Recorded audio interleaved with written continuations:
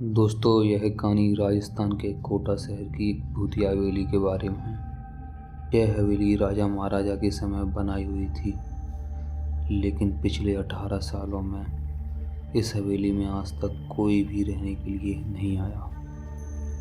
इच्छा होने पर भी इस हवेली में कोई भी नहीं रुक पा रहा था, क्योंकि लोगों का कहना था कि इस हवेली में भूत प्रेत का साया है। जब अजीत सिंह को इस हवेली के बारे में पता चला तो उसने तय किया कि वो इस रहस्य को जानकर ही रहेगा, क्यों लोग इस हवेली में नहीं रह पा रहे हैं। उसने मौजूद इच्छा शक्ति से हवेली में रहने की पूरी तैयारी कर ली। जब उसने हवेली के अंदर जाने के लिए पैर आगे बढ़ाए तो दरवाजे पर किसी अनजान व्यक्ति ने उसको रोक लिया और नज़दीक सा जाके बोला, कौन हो आप और किधर जा रहे हो? अजीत सिंह ने जवाब देने के बजाय उसने सामने सवाल किया, जी आप कौन? मेरा नाम अर्जुन सिंह है और मैं यहीं पास में ही रहता हूँ। अजीत सिंह ने कहा, ओ अच्छा, मैंने सुना है कि यह एक भूतिया हवेली है और यहाँ कोई नहीं आ पाता है, इसलिए मैं इस हवेली में एक दिन रुकने का फैसला किया है। अर्जुन सिंह ने कहा, जी हाँ, आपने सही सुना है और आप भी अंदर मत जाइए। मेरी मानिए तो आप भी वापस लौट जाइए, यहाँ बहुत खतरा है। यह सुनकर अजीत सिंह बहुत खुश हो गया, जैसे उन्हें कोई लॉटरी लग गई हो। अर्जुन ने उसकी खुशी देखकर बोला, आप क्यों खुश हो रहे हो? आपको तो भूत का नाम सुनकर डर लगना चाहिए। शायद आपको पता नहीं होगा कि मैं भूत प्रेत पर काफ़ी दिलचस्पी रखता हूँ।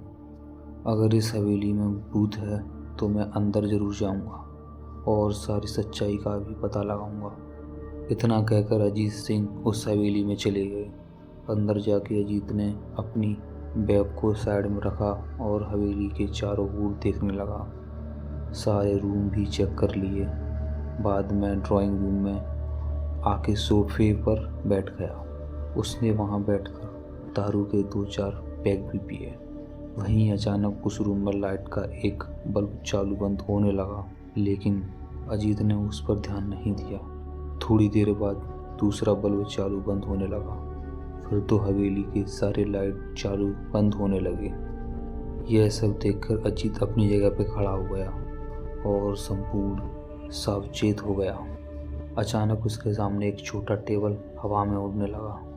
करीबन 6 फुट हवा में ऊपर जाके गोल गोल घूमने लगा और बाद में अजीत की ओर तेजी से आने लगा। अजीत ने तुरंत ही अपनी जगह बदल ली और दूसरी ओर चला गया और वो टेबल वहीं जाके गिरा जहां अजीत खड़ा था। अजीत कुछ समझ पाता उतने में तो सोफे की सीट उसकी ओर आने लगी। वो जल्द खड़ा हो गया और छलांग लगाकर दूसरी ओर कूद गया, जिसके कारण सोफा दीवार को टकराया और अजीत बच गया। अचानक सब कुछ शांत हो गया। अजीत ने चारों ओर सतर्कता से देखा और बड़ी आवाज में बोला, तुम जो भी हो सामने आकर के बात करो। वहीं एक बड़ी परछाई उसके सामने आई। अजीत ने उस परछाई को देखकर बोला, कौन हो तुम? क्यों मुझे मारना चाहते हो? परछाई ने जवाब दिया, तुम्हारी भूल के कारण। अजीत, मेरी भूल? मैंने कौन सी भूल की? परछाई ने जवाब दिया, इस हवेली में आने की भूल। मैं किसी को भी इस हवेली में कुछ नहीं देख सकता। अजीत ने जवाब पूछा, लेकिन क्यों? परछाई ने जवाब दिया, आज से 18 साल पहले इस हवेली के मालिक ने मुझे यहीं पे ही मार डाला था। मेरी कोई गलती भी नहीं थी। इस कारण की वजह से मेरी आत्मा इस हवेली में भटकती रहती है। मैं किसी को भी इस हवेली में नहीं रहने दूंगा, क्योंकि इस हवेली में मेरा खून हुआ था। इस हवेली में जो भी रहने के लिए आएगा उसकी मौत होगी। अजीत ने कहा, मैं तुम्हें अपने असली रूप में देखना चाहता हूँ। तुम्हें मारने से पहले मैं तेरी यह अच्छा अवश्य पूरी करूँगा। और उस बछड़े दरमियाना रूप ले लिया।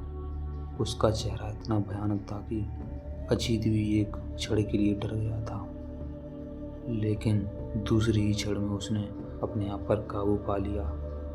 बाद में उसने अपनी जेब में से सफ़ेद पाउडर निकाला और उस भूत के ऊपर फेंक दिया।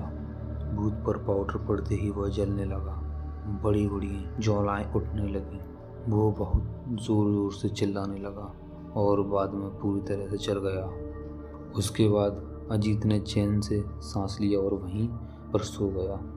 दूसरे दिन सुबह जब अजीत को सही सलामत हवेली से बाहर आते देख अर्जुन को आश्चर्य हुआ।